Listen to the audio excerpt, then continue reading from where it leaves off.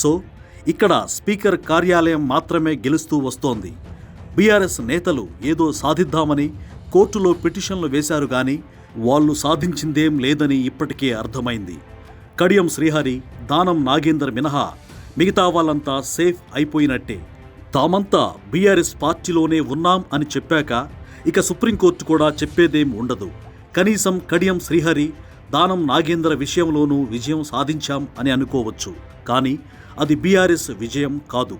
ఒకవేళ దానం నాగేందర్పై అనర్హత వేటు వేస్తే అధికారికంగా అది కాంగ్రెస్ పార్టీకి లాభం అవుతుంది. నేరుగా కాంగ్రెస్ పార్టీ తరపునే పోటీ చేస్తారు. ఇప్పుడున్న పరిస్థితుల్లో ఏ ఉప ఎన్నికలోనూ బీఆర్ఎస్ పార్టీ గెలిచే సీన్ కనిపించడం లేదు.